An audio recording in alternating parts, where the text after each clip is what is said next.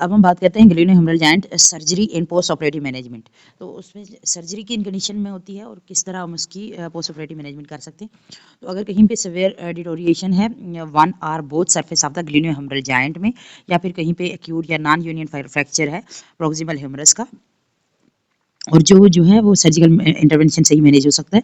और इसी तरह अंडरलाइन पैथोलॉजी जो हो सकती है, जैसे कि जो क्या करती हैं एडवांस जॉइंट की डिस्ट्रक्शन कर रही होती हैं, जिसमें हमारे पास लास्ट स्टेज ऑफ ऑस्टियोआर्थराइटिस आता है, रूमेटॉइड अर्थराइटिस आता है, रोमैटिक अर्थराइटिस आता है, rotator cuff arthropathy and osteonecrosis या एवेस्कुलर नेक्रोसिस भी हो सकता है of the head of humerus. तो इन कंडीशन में हम क्या करते हैं, सर्जरी जो है हमारे पास ऑप्शन होता है। मोस्ट कॉमन जो सर्जिकल प्रोसीजर हम यूज कर रहे होते हैं ताकि हम ट्रीट करें एडवांस शोल्डर जॉइंट पैथोलॉजी को, वो हमारे पास है ग्लेनोह्यूमरल आर्थोप्लास्टी। तो ऑफन इसको हम जो है इस तरह बोलते हैं, शोल्डर आर्थोप्लास्टी भी बोलते हैं, और कुछ रेयर सिचुएशन में हम आर्थोडिसिस करते हैं, यानी कि सर्जिकल इनकाइलोसिस कर देते हैं ग्लेनोह्यूमरल जॉइंट का। May be necessary as an alternative to the arthroplasty as the salvage process. अच्छा देख, अभी हमारे पास ये जो सर्जिकल प्रोसीजर है उसका गोल क्या है। हाँ, और post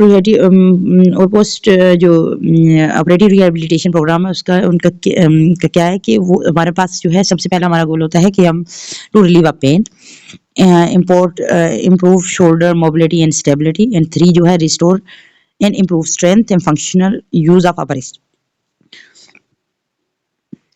The extent to which these goals are achieved is predicted on the patient participation in post-operative rehabilitation, और उस पर भी डिपेंड कर रहा होता है कि पेशेंट ने जो है वो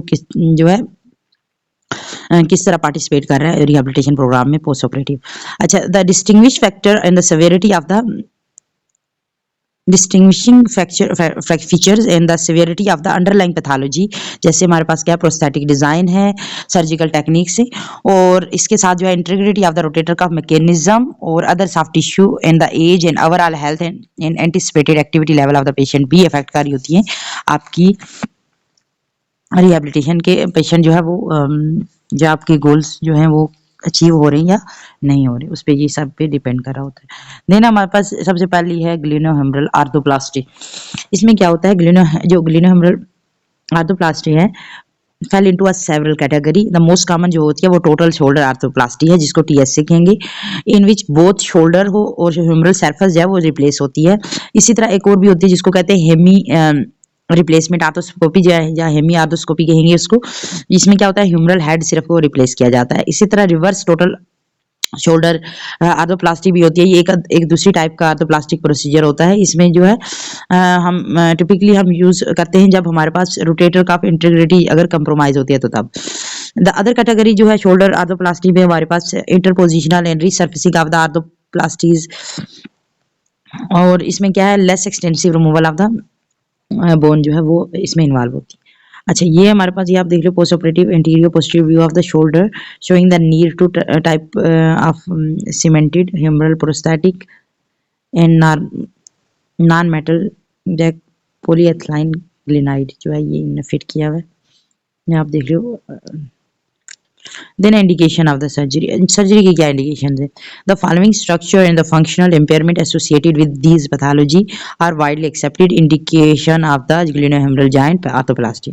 कैसे क्या है, persistent incapacitating pain at rest or with activity। तो secondary to glenohumeral joint destruction in the primary indication for the glenohumeral joint arthroplasty. तो हम इसमें क्या करते हैं, आर्थोप्लास्टी कर रहे होते हैं। सेकेंडरी इंडिकेशन क्या है, लॉस ऑफ शोल्डर मोबिलिटी और stability, loss of upper extremity strength and inability to perform functional task. तो ये हमारे पास सेकेंडरी इंडिकेशन है सर्जरी की। देन इसका प्रोसीजर क्या है, प्रोसीजर इसका क्या होता है, इम्प्लांट डिजाइन क्या है, मटेरियल कैसा होता है, फिक्सेशन कैसे करते हैं। Since the pioneering work of Neer during the 1960s to 1970s, the prosthetic design and surgical techniques for the replacing the shoulder joint have continued to evolve। और design जो है contemporary TSA hardware composed of the high density polyethylene granite component, usually all plastic, and the modulated inert metal humeral component closely approximate the biomechanical characteristic of the human shoulder। उसी तरह का होता है। The exception to the reverse total जो total shoulder arthroplasty है उसमें the design of which reverse the native shoulder जो होगी वो बाल एंड द शॉकेट रिलेशनशिप जो है वो रिवर्स होता है। सिग्निफिकेंट द ग्लेनोइड फोसा जो है वो receive replaced with a convex glenocephalical component and attached to the glenoid base. The humeral head is replaced by the symmetred concave cup. ये जो है ये रिवर्स है होती है और इसी तरह जो हमारे पास fixation of the prosthetic component is achieve with the cement से हम अचीव कार्य होते हैं। बायो इन ग्रोथ या फिर प्रेस फिटेड जो है कार्य होते हैं। This type of fixation selected by the surgeon depend on the component और अंडरलाइंग पैथोलॉजी जो है उसके पे डिपेंड करी होती है और उसके साथ quality of the bone socket उसकी क्वालिटी पे भी बेस करी होती है। सीमेंटेड जो फिक्सेशन है वो most commonly often necessary in the patient with the osteoporosis उनमें हम की जाती है। इसी तरह डिजाइन जो होता है टोटल शोल्डर रिप्लेसमेंट का रेंजिंग होता है फ्रॉम करा होता है unconstrained to semi constructed to constrained, ठीक है, और provide the varying amount of mobility and the stability of the glenohumeral joint.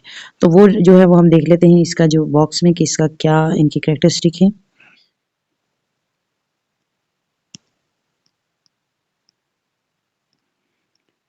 ये design for the prosthetic implant for the total shoulder arthroplasty में अनकंस्ट्रेंटेड में क्या होगा anatomical design with a small shallow glenoid component combined with the steamed humeral component or the most frequent use the prosthetic design or provide the greater freedom of the shoulder motion but no inherent stability indicate when the rotator mechanism is intact and can be repaired to provide the dynamic stability of the glenohumeral joint. Semi constricted में क्या होता है large glenoid component जो है that hooded are cup shape. Some degree of the joint stability is inherent in this design or indicate when erosion of the glenoid fossa can be compensated by the reaming of the fossa in conjunction with the functional rotator cuff.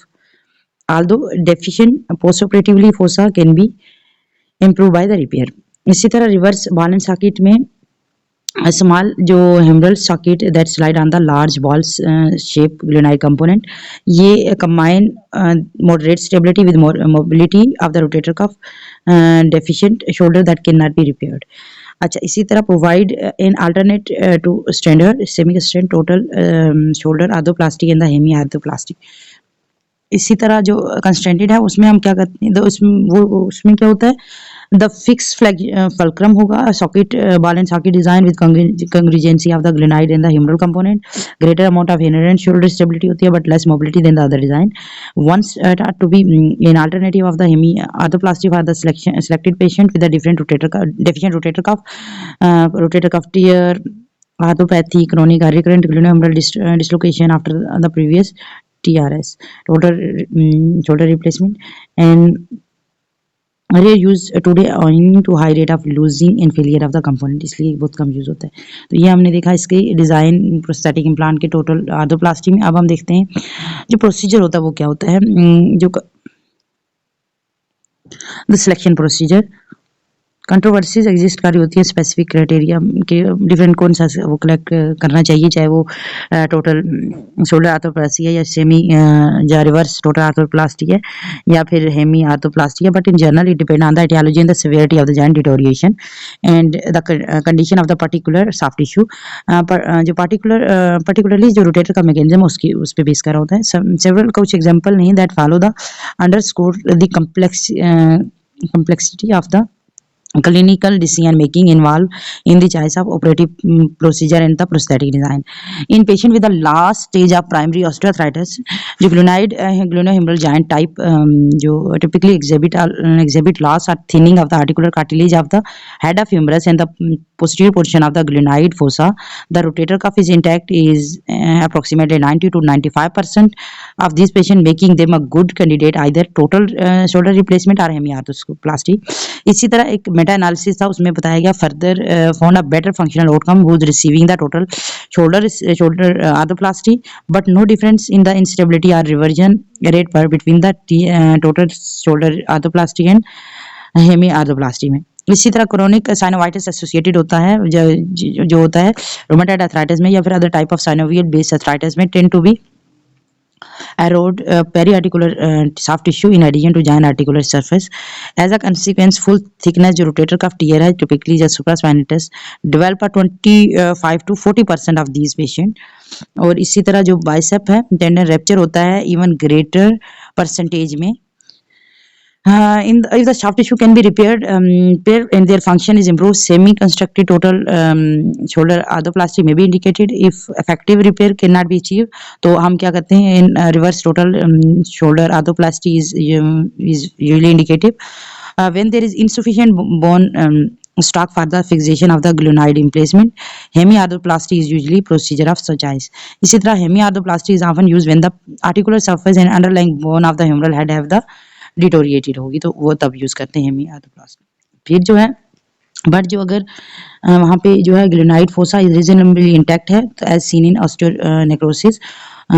और इसी तरह अगर patient जो है with a severe chronic pain है, loss of function है as a result of massive irreparable rotator cuff या फिर सब्सिक्वेंट रोटेटर कफ आर्थोप्लास्टी या फिर reverse total shoulder arthroplasty usually हम क्या करते हैं इंडिकेट करते हैं. फर्स्ट ये यूज हुई थी by the near the term is rotator cuff arthroplasty refer to deterioration and the eventually collapse the head of humerus infrequent but liberating the of the head of humerus, debilitating the long term result of the primary massive and irreparable tear of the rotator cuff.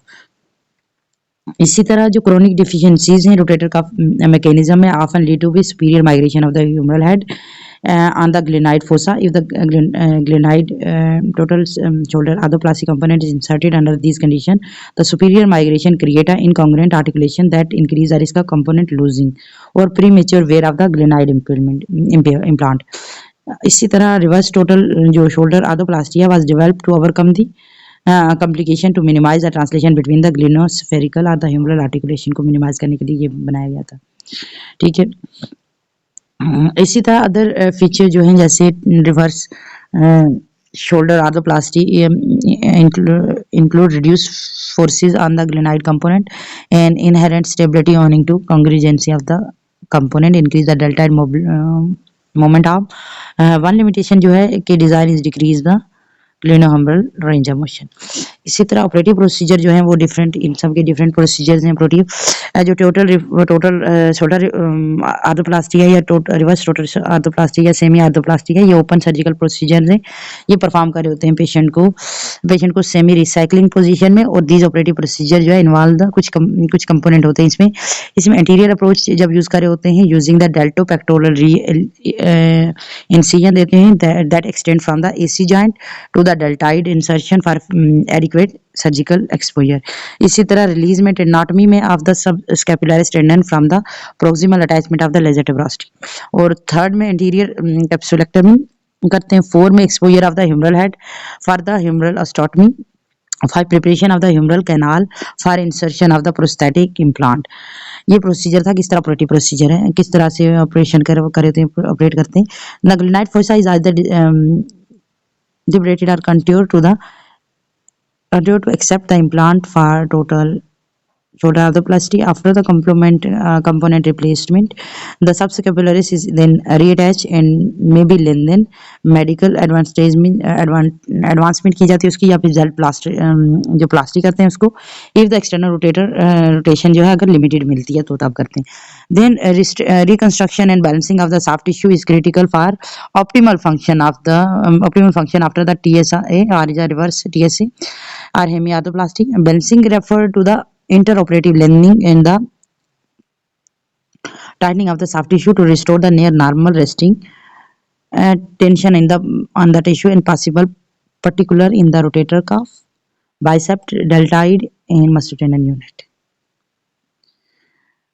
Current procedure जो है may be necessary during the shoulder arthroplasty. उसमें हमारे पास क्या हो सकते हैं, ये है repair of the deficient rotator cough if the adequate rotator cuff tissue is insufficient.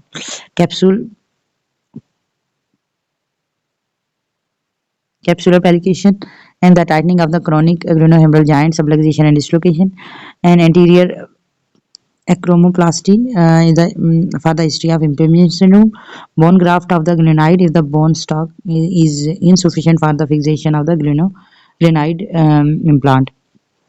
After the implantation of the prosthetic component, repair of the soft tissue, but before closure of the skin incision, the shoulder is passively moved through the all plane of motion to visually evaluate the stability of the prosthetic joint and integrity of the repaired soft tissue.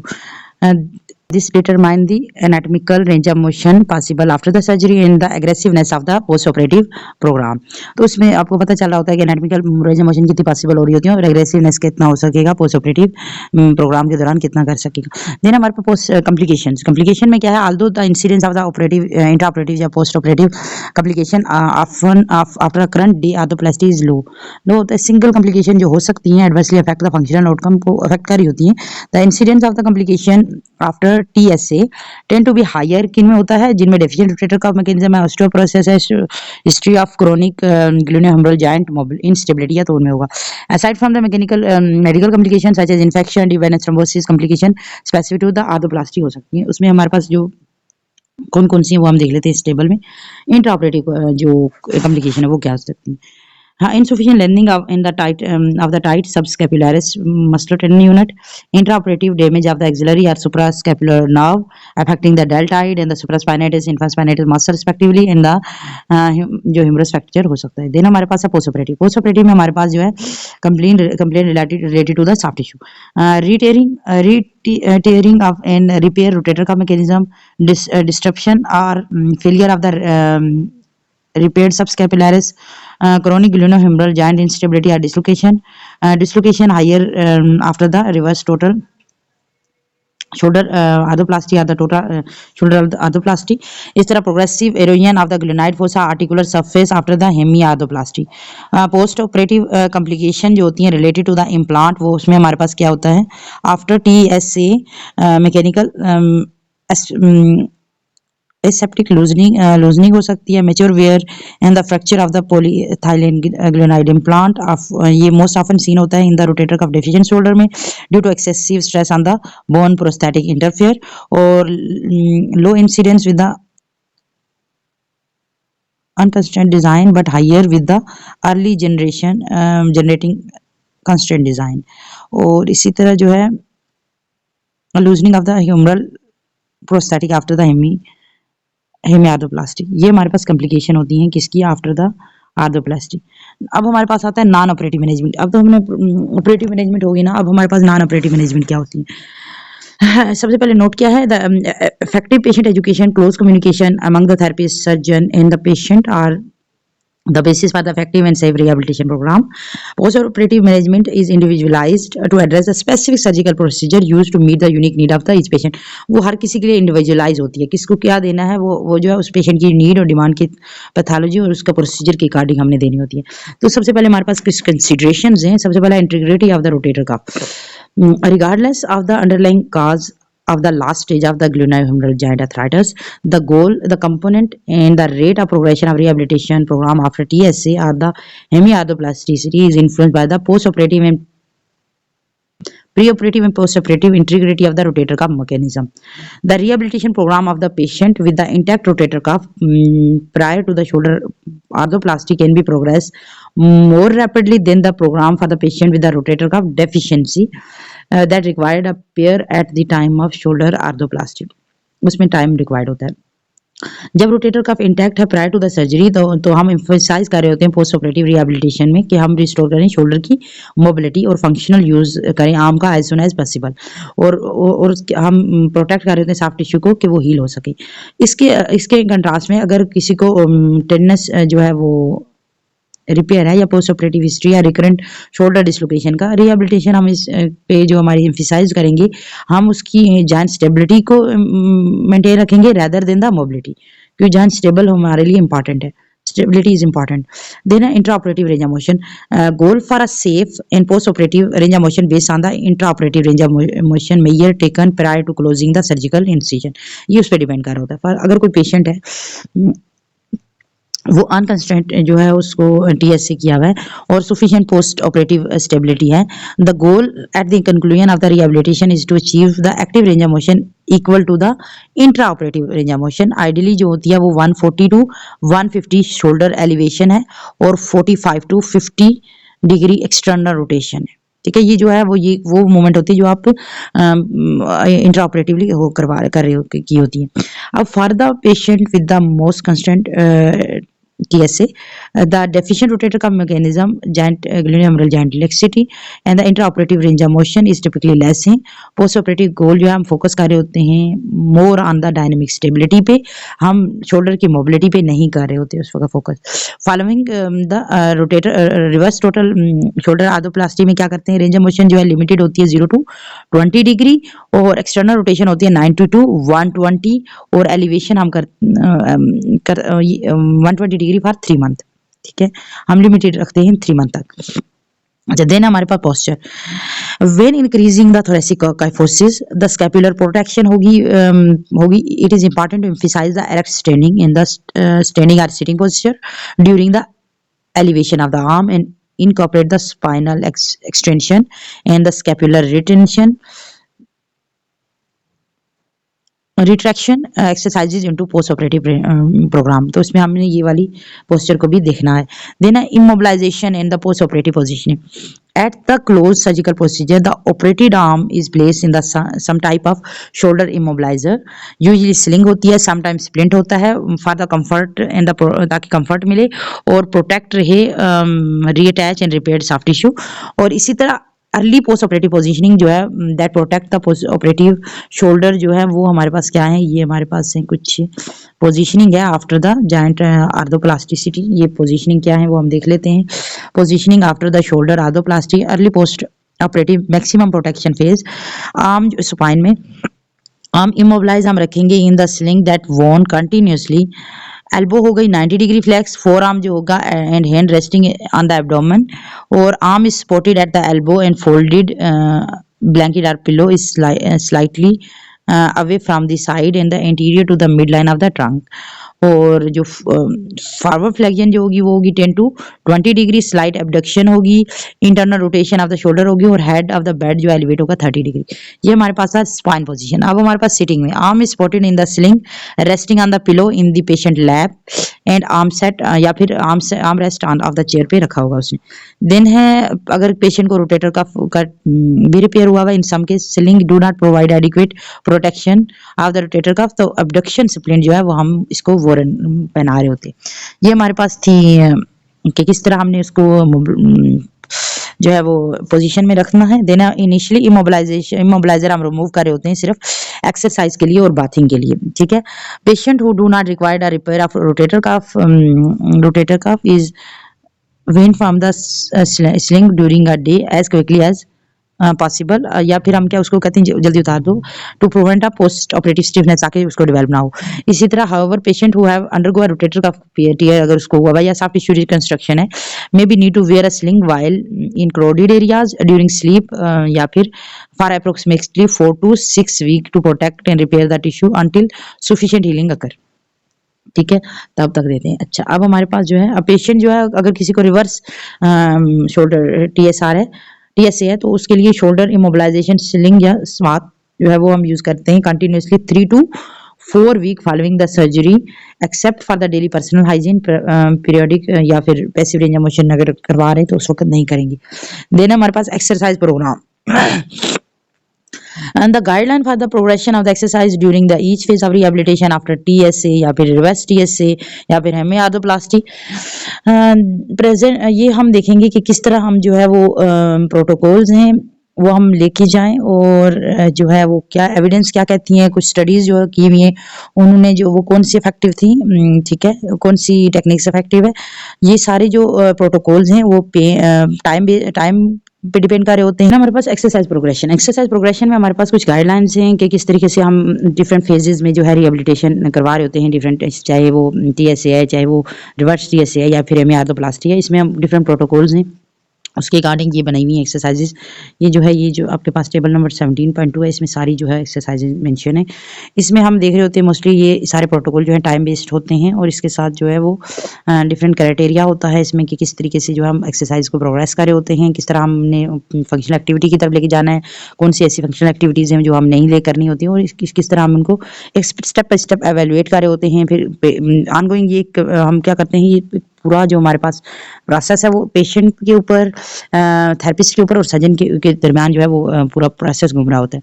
तो इसमें हमारे पास जो exercise guidelines हैं वो हम देखेंगे कि किस तरीके से जो है टोटल शोल्डर आर्थोप्लास्टी में हम कर रहे होते हैं और किस तरह हम रिवर्स टोटल जो शोल्डर आर्थोप्लास्टी उसमें कर रहे होते हैं और इनमें थोड़ा बहुत मॉडिफिकेशंस हैं। अब हम देख लेते हैं, स्टेप बाय स्टेप चलते हैं। ये हमारे पास है टेबल, इसमें कंपैरिजन दिया हुआ है exercise guideline and precautions following the total shoulder arthroplasty and reverse total arthroplasty.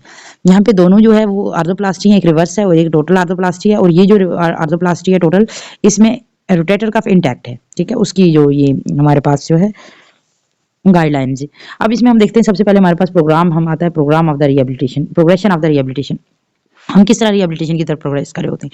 तो हमारे पास प्रोग्रेशन हमारे पास आता है, पहले फेज 1 आएगा जो पोस्ट ऑपरेटिव 0 to 4 वीक का होता है। वो फेज 2 आता है जो 4 से 12 हफ्ते का होता है और फेज 3 जो होता है 12 से ऑनवर्ड होता है।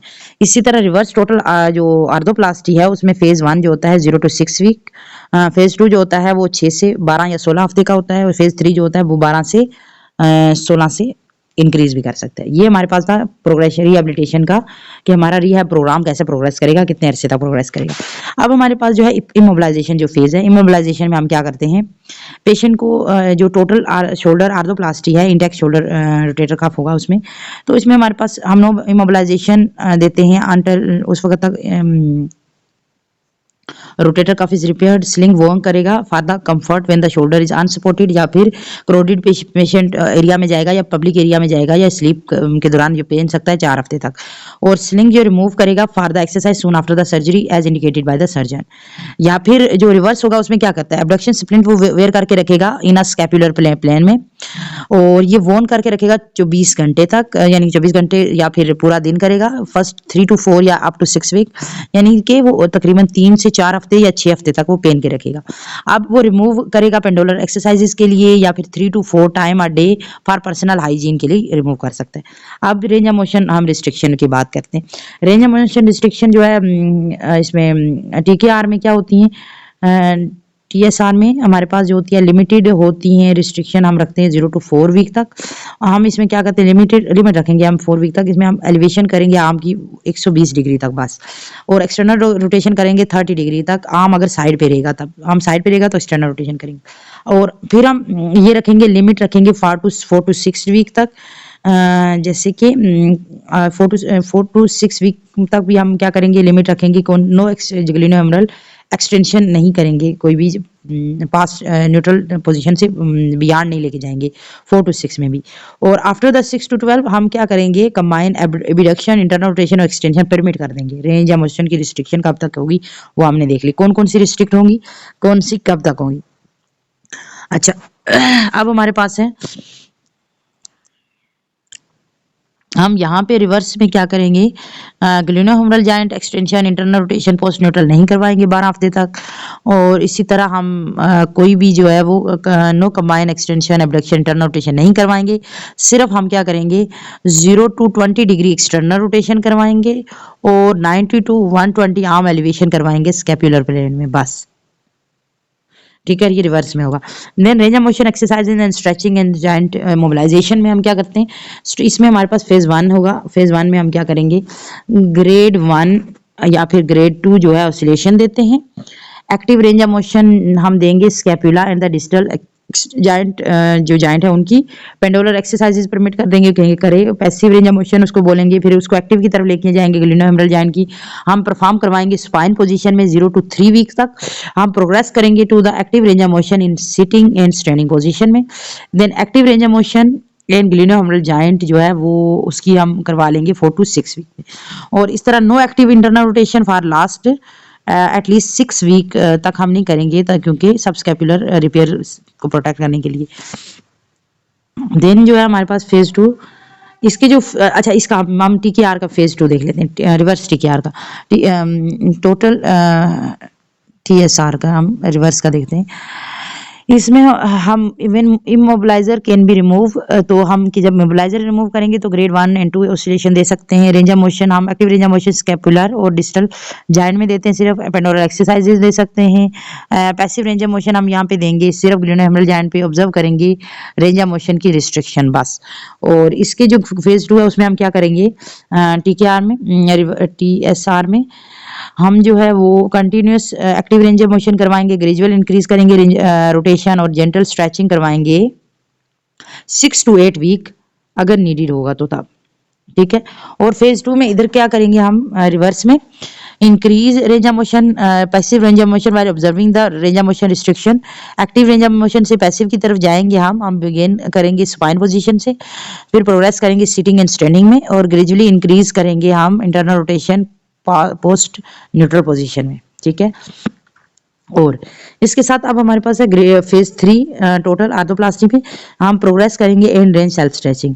तो इसमें हम रिवर्स में क्या करेंगे, जेंटल स्ट्रेचिंग देंगे अगर नीडेड होगी within the pain within the motion restriction के अंदर ही करेंगे, ठीक है। देना रेजिस्टेंस एक्सरसाइजेज, रेजिस्टेंस एक्सरसाइजेज जो है वो भी हम 3 फेज में दे रहे होते हैं। जैसे कि अगर फेज 1 होगा उसमें हम no light non weight bearing isometrics करवाएंगे, आप scapulothoracic in the deltoid muscle with the shoulder in the scapular plane, ठीक है। और इसमें हम क्या करते हैं रिवर्स में, इसमें हम only light non weight bearing isometrics of scapulothoracic and deltoid muscles with the shoulder in the scapular plane जो है वो हम करवा रहे होते हैं। ड्यूरिंग फेज 2 में हम क्या करते हैं, हम एम्फिसाइज कर रहे होते हैं improving the function of rotator cuff and the scapulothoracic muscles, और sub maximum isometric of the glenohumeral muscle जो है वो combine with the light weight bearing जैसे close chain through the upper extremity वो करवा रहे होते हैं। Delay resisted rotation for several week to protect repair rotator cuff, और फिर हम progress to the low resistant dynamic strengthening for the elbow and the wrist करवाते हैं। और जो स्कैपुलोथोरैसिक एंड ग्लूनोहेमरल जॉइंट में, ताकि अगर मैकेनिक्स ड्यूरिंग द एक्टिव अगर करवाएंगे अगर एक्टिव रेंज ऑफ मोशन जो है अलो हो रही है तो तब।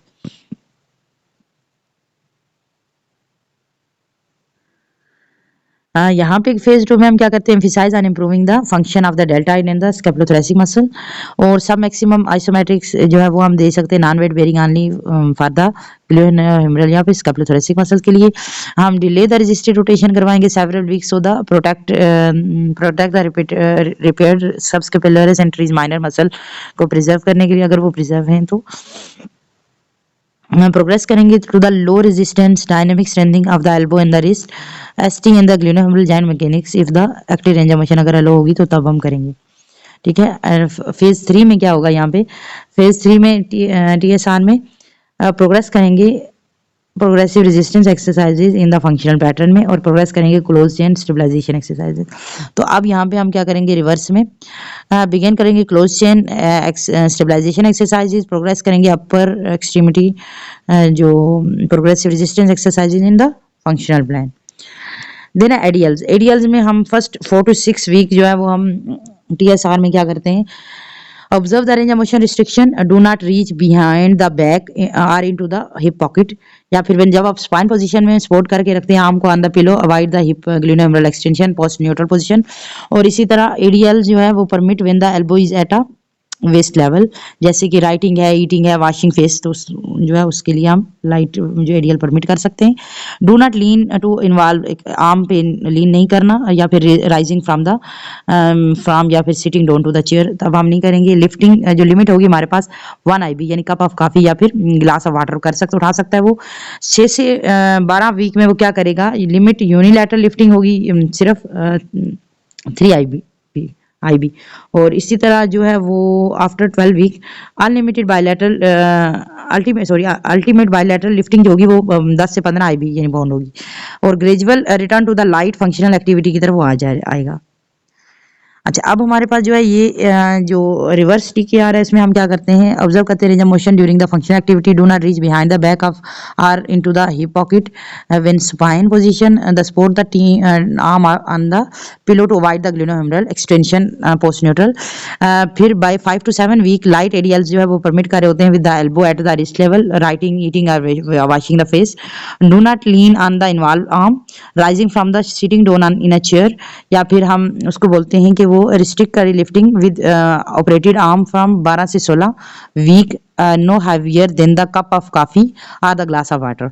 और आफ्टर 12 से 6 वीक में जो है हम लिमिट रखते हैं ऑन यूनिलैटरल लिफ्टिंग 6 IB, और अल्टीमेट बायलैटरल लिफ्टिंग करेंगे 12 से 15 IB, और gradual return to the light functional activity में ग्रेजुअल लेके आएंगे। ये था हमारे पास जो है वो कि हम किस तरह इनमें जो है वो किस तरह एक्टिविटी करते हैं। देन हमारे पास क्लिनिकल टिप्स हैं यहाँ पे। Remember regardless of implant design pain relief is a primary goal of the shoulder arthroplasty, which improvement in the with improvement in the functional mobility is a secondary goal है हमारे पास।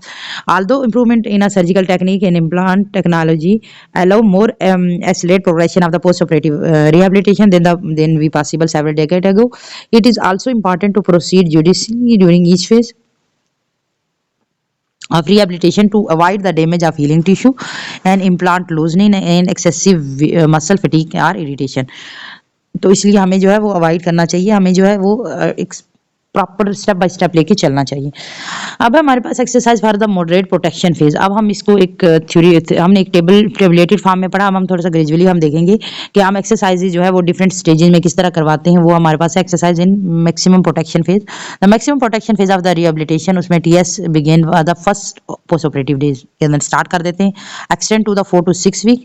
This emphasize on the phase of the patient education होगी, pain control होगा, initiation of the range of motion to prevent the tissue adhesion, और restore the joint mobility in the range achieved during the surgery or early as possible. Early motion is possible after the uncemented or cemented fixation.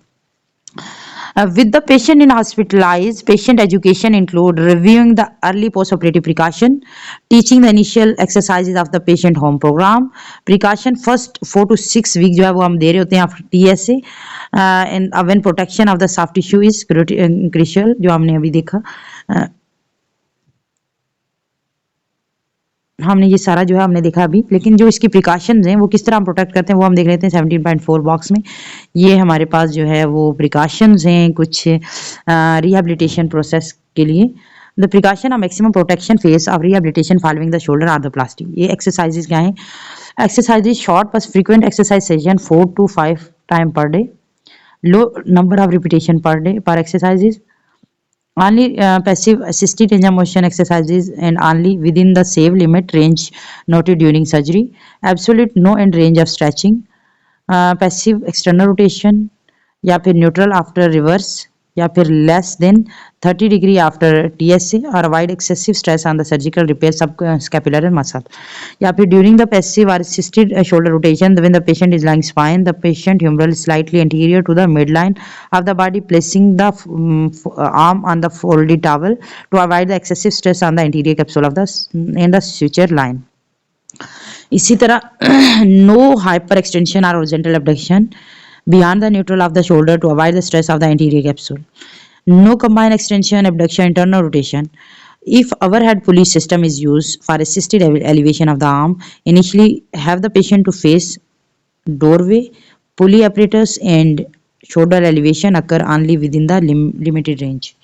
So, हम maintain a erect trunk during passive and assisted elevation of the arm while sitting or standing to avoid subacromial impingement of the soft tissue. In most instances, no active या फिर unassisted anti-gravity dynamic shoulder exercise, particularly resisted internal rotation, no resistance strengthening exercises in general, most gradual progression of exercise following reverse TSR in for patient with a severely damaged or repair the or irritable rotator का mechanism हो unwanted TSA, then the patient with a pre-operative intact cuff। Activity जो होंगी precaution क्या होंगी? Limited activity those who can perform the elbow with the elbow at wrist level, such as eating and the writing, avoid reaching behind the back or tuck shirt or reach into the back pocket and following the toileting. Avoid weight bearing on operative extremities such as pushing during transfer or when moving in a bed, especially first few week after surgery. या फिर avoid lifting object with the operative arm. Support the arm in a sling during extended period of time for standing or walking. Wear a sling while sleeping या फिर outside of the crowd area. No driving 4 to 6 week. ये हमारे precautions हैं इसकी. अब हम देख लेते हैं इसके लिए. पेशेंट जो है वो ये तो हमने पेशेंट को हमने क्या करना होता है, प्रिकॉशन देनी है. ये हमारे पास क्रिटिकल हैं ड्यूरिंग द रिहेबिलिटेशन फेज में. हमारे पास इस फेज का जो मकसद है, गोल्स ऑफ इंटरवेंशन क्या है कि हम मैक्सिमम प्रोटेक्शन फेज का ये होता है कि हम जो है कंट्रोल करें पेन को, इन्फ्लेमेशन को सबसाइड करवाएं और मेंटेन करें स्टेबिलिटी और ऑफ द एडजेसेंट टिश्यू. तो इन्फ्लेमेशन और पेन कैसे कंट्रोल होगी, हम स्लिंग यूज करेंगे, splint for the comfort, use of prescribe analgesic और anti inflammatory medicine, cryotherapy specially after exercise. और मोबिलिटी के लिए active movement of the spine and the scapula हम यूज कर रहे होते हैं while wearing the shoulder sling when it is remove for the exercises. To maintain the motion and minimise the muscle gardening in spasm, incorporate shoulder roll to elevate or retracting and then relaxing the scapula to reinforce the erect posture of the trunk. Emphasize the active scapular retraction in the spinal extension. ठीक है. और no active range of motion of the hand and the wrist and elbow and then arm is remove for the. जब आप arm से जो sling remove करोगे तो तब ये करवा सकते हो. Then the restore of the shoulder mobility, ये भी हमारा गोल है. इसमें हम पैसिव या फिर therapist assisted shoulder motion with in the safe range of motion हम जो है limits determine during the surgery, वो उस लिमिट में करवाएंगे जो हमें सर्जरी के दौरान पता चला था. With the patient laying spine, the arm is slightly away from the side of the trunk on the folded towel. The elbow flex होगी और perform elevation of the arm in the plane of scapula to torlate. External rotation to more than 30 to 45 degree. Internal rotation जो है until the forearm rest on the chest. Pendular या फिर Codman exercises in addition encourage the patient to periodically remove the sling and the swung the arm gently during the ambulation at the home. Later in this phase, progress the supine self-assisted shoulder range of motion elevation and the rotation by first assisted with the sound hand and later with the vane या फिर double rod. इसके साथ आप करवा सकते हो. हम यहाँ पे adduction, abduction और gentle ऐड कर सकते हैं to the neutral. Adduction across the chest with the assistance of the wind. इसी तरह जो है chest assisted shoulder range of motion with the wind in a sitting or standing position is preferring the gear shift exercises या फिर करवा सकते हैं. sliding the arm forward on the table top या फिर with the overhead pulley system के साथ use कर सकते हैं. लेकिन हम यहाँ पे remind the patient to maintain the erect trunk while performing the assisted shoulder motion while seated or standing. self assisted reaching जो movement है to the nose, forehead and over the head as comfort allow करती हो तब कर सकते हो to stimulate the functional movement, ताकि वो फंक्शनल मूवमेंट को स्टिमुलेट कर सके. देन हमारे पास for some patient transition to the active unassisted shoulder range of motion is often possible by the 4 week. Functional activity with the elbow at the wrist level such as hand on the face and the writing is permissible. ठीक है.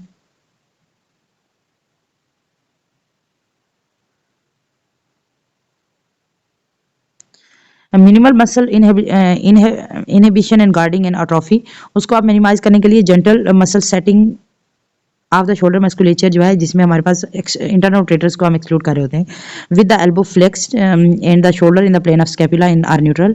Teach this exercise prior to discharge from the hospital by having the patient practise the isometric contraction of the muscle of the sound shoulder. Postpone the sitting exercise light isometric for the operated shoulder until to 4 to 6 week after the surgery. Or scapular stabilization exercise in non-weight bearing position and target the sertus anterior and the trapezius muscle. Important note ये हमारे पास कि for the patient who unwant the TSA with repair of long rotator cuff tear, it may not be permissible to begin a range of motion immediate after the surgery when the sling or splint can be removed. For the exercise, the perform only passive active range of motion throughout the first phase of rehabilitation.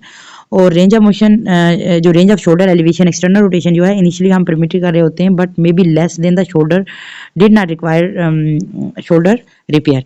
और postponed active जो अनरेजिस्टेड है, active जो anti gravity range of motion है, slide isometric है, वो उसको second phase तक postpone करते हैं अप्रोक्सीमेटली 6 वीक पोस्ट ऑपरेटिवली, जब आपका अनरिपेयर्ड सॉफ्ट टिश्यू जो है वो रीजनेबली वेल हील हो चुका होगा तब तक। फॉलोइंग रिवर्स टीएसआर में पेशेंट जो है लिफ्टिंग डिमेंड 1 IB होगी लेस देन 6 वीक तक, और इस तरह एक्सटर्नल रोटेशन एलिवेशन जो होगी वो लिमिटेड होगी 0 to 20 डिग्री, 90 to और 90 to 120 डिग्री रिस्पेक्टिवली, और इसी तरह 3 महीने तक ये होगी। In addition hyper extension lifting and the supporting the body weight with the involve shoulder all precaution जो है हम प्रिकॉशन कर रहे होते हैं following the TSA reverse TSA में। criteria for the progression criteria for the advance to the second phase of rehabilitation following the TSAR, अगर उसकी range of motion at least 90 degree है विद पैसिव एलिवेशन में, और 45 डिग्री एक्सटर्नल रोटेशन है, 70 degree internal rotation है, और in the plane of scapula with minimal pain, almost full passive range of shoulder motion है based on the intra operative measurement with little or no pain during resisted isometric internal rotation of the subscapularis, ability to perform most waist level activity of daily living ADL without pain, या फिर for a reverse TSR criteria could be tolerate for assisted range of motion and demonstrate the ability to isometrically activate the deltoid and periscapular musculature while the joint is positioned in the scapular plane। तो तब हम क्या करेंगे, उसको second phase में लेके जाते हैं। अब हमारे पास है सेकंड जो फेज नेक्स्ट है वो है एक्सरसाइज मॉडरेट प्रोटेक्शन और control phase. Although the suggested timeline for varying for one resource to another, the moderate protection control phase जो होता है वो हमारे पास बिगिन होता है 4 to 6 week post operatively and extend करता है 12 to 16 वीक तक। और इसमें हम फोकस कर रहे होते हैं ग्रेजुअली हम एस्टेब्लिश करते हैं एक्टिव अनअसिस्टेड या फिर कंट्रोल और डायनेमिक स्टेबिलिटी और strength of the shoulder while continuing to increase range of motion. इस फेज की प्रिकॉशन जो होती है कि during this phase of rehabilitation although the safer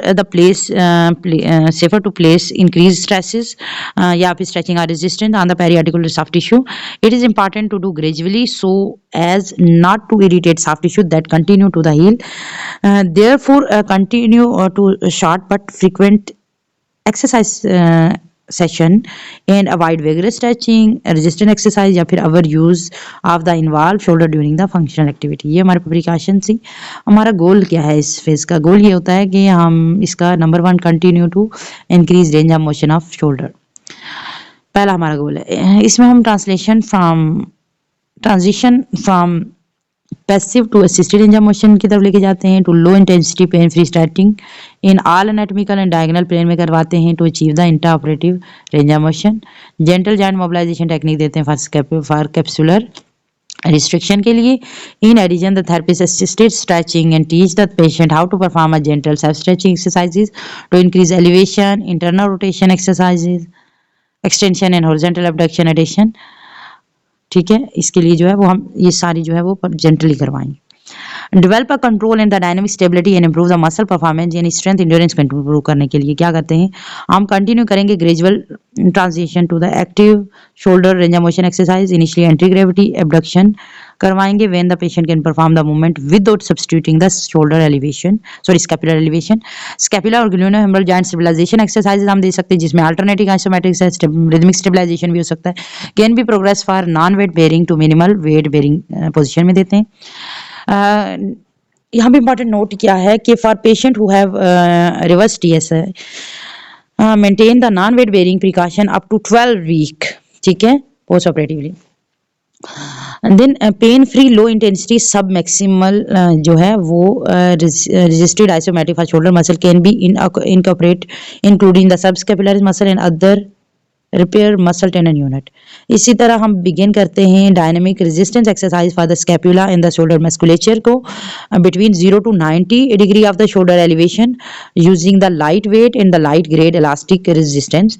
और इसी तरह हम बिगिन करते हैं हम इनको बिगिन कर रहे होते हैं स्पाइन पोजीशन में ताकि support and stabilise the scapula and progress करते हैं फिर सिटिंग पोजीशन में। और हम बिगिन कर देंगे अपर एक्सट्रीमिटी इंड्योरेंस को विद द स्टेशनरी ergometer से and the portable reciprocal exercises on the table पे। और इसी तरह जो है प्रोग्रेस करेंगे by increasing the repetition of the repetition के साथ आप टाइम को इंक्रीज कर सकते हैं ताकि मस्कुलर और कार्डियोपल्मोनरी एंड्योरेंस इंक्रीज हो जाए। देन अब इसके बाद हमारे पास आता है फाइनल फेज। तो उसके लिए हम क्या क्राइटेरिया होगा कि हम फाइनल फेज की तरफ जाएं। तो हमारे पास जो full passive range of motion of shoulder जो होगी वो based on the intra operative range पे बेस होती है। तो या फिर पेन फ्री या पैसिव या फिर रेजिस्टिव शोल्डर फ्लेक्शन जो है एटलीस्ट 130 टू 140 डिग्री हो। एबडक्शन जो है 120 डिग्री हो। In plane of scapula at least 60 degree pain free passive external rotation हो और 70 डिग्री इंटरनल रोटेशन हो। तो फिर क्या उसके साथ जो है एक्टिव अगर होगी अनअसिस्टेड होगी anti gravity elevation of the arm at least 100 to 120 degree in the plane of scapula while maintaining the joint stability or using the appropriate shoulder mechanics, particularly no scapular elevation during the arm elevation। और इसी तरह 4 to 5 strength और rotator cuff इन delta इन muscle में। और reverse TKR patient should be have documented improve in the functional and increase the strength of deltoid and peri scapular muscle prior to the progression of the next phase। अब हमारे पास next phase जो है वो है आता है minimum protection और return to function phase आता है। इसमें मिनिमम प्रोटेक्शन में हमारा फेज स्टार्ट होता है 12 से 16 हफ्ते से बियॉन्ड जाएगा। ये डिपेंड रहा होता है on the rotator cough tissue की क्वालिटी एंड द फंक्शन पे। ये एक्सटेंड कर रहा होता है सेवरल मंथ तक। और ये पेन फ्री जो स्ट्रेंथनिंग होगी इसमें शोल्डर मसल की फॉर डायनेमिक स्टेबिलिटी हम करवा रहे होते हैं। Functional use of upper extremity हम यूज करते हैं for progressively more demanding task करवाते हैं। हमारा फोकस होता है इस फेज में। और इसी तरह optimal result of the home exercises programme में भी needed to continue for the 6 month और लॉन्गर। फंक्शनल और रिक्रिएशनल एक्टिविटी जो है इसमें हम क्या करते हैं यूज़ करते हैं उनको हम मॉडिफाई कर रहे होते हैं। हमारा गोल जो है इसमें क्या है कि हमारा ये होता है कि हम continue to improve the maintain the shoulder mobility और फिर जो वो परफॉर्म कर सकते हैं फंक्शन टास्क क्या है। And range self stretching exercises जो है वो करवाते हैं हम इसके लिए। फिर grade 3 joint mobilization self mobilization if appropriate होगा तो करवा देंगे। Continue to the next goal है हमारे पास continue to improve the neuromuscular control in the muscle performance of the shoulder. इसके लिए हम क्या करते हैं pain free low load high repetition progressive resistance exercise यानी कि प्रोग्रेसिव रेजिस्टेंस एक्सरसाइज हम देंगे ताकि शोल्डर मस्कुलेचर जो है इन शोल्डर मस्कुलेचर में इन anatomical and the diagonal plane में देंगे in pattern of the movement that replicate the functional task throughout the available range of motion.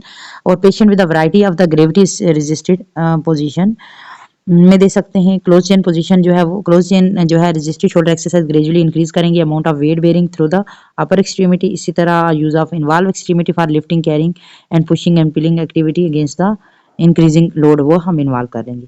अब हमारे पास return to the most functional activity use of the operated upper extremity for the progressive more advanced functional activity recreational activity such as swimming and golf are possible in the modification of the high demand में high impact work related and recreational activity to avoid the imposing excessive force on the glenohumeral joint that could lead to loosening or premature wear of the prosthetic implant। note for the patient whose rotator cuff is irreparable है या फिर continue to be significantly deficient है because of tenderness repair who has limited pain free shoulder range of motion modification of the environment हम कर सकते हैं। use of assisted devices may be necessary for independent of the functioning हम उसको दे सकते हैं। ठीक है देन हमारे पास अच्छा इसके आउटकम क्या है हमारे पास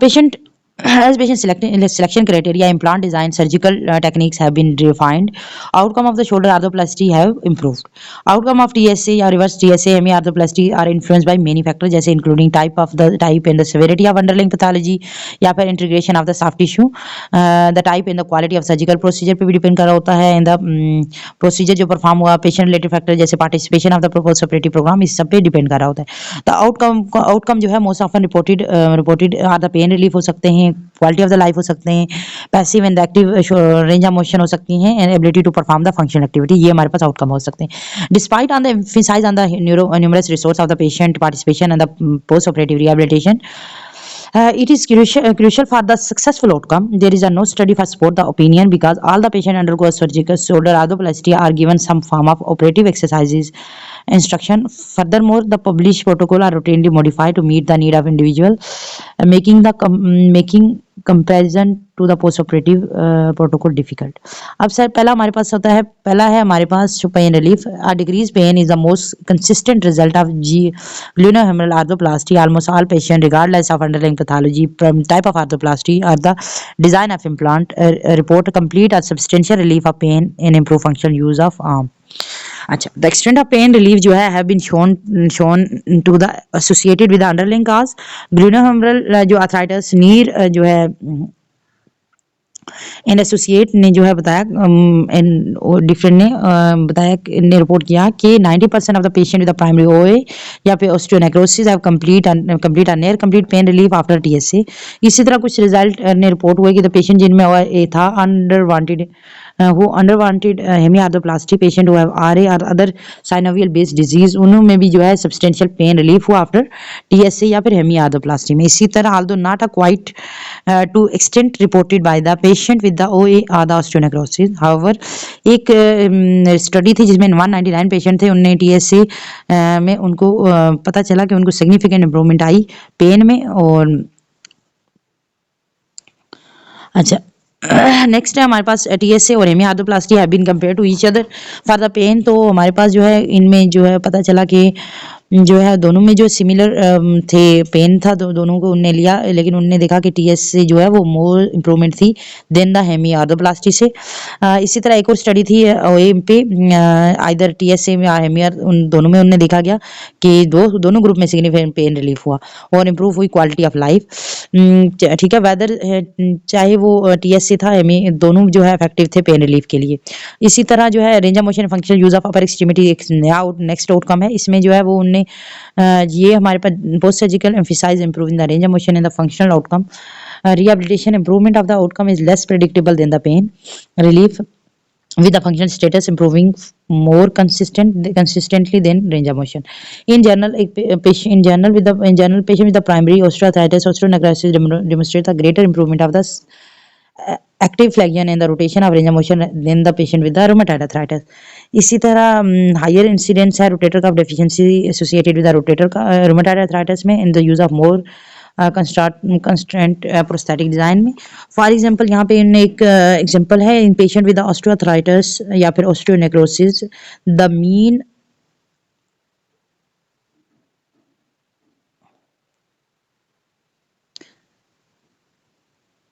active flexion and change into active flexion change हुई 125 to 1 to 161, while rheumatoid with the patient of rheumatoid और इसकी mean range थी 75 to 105.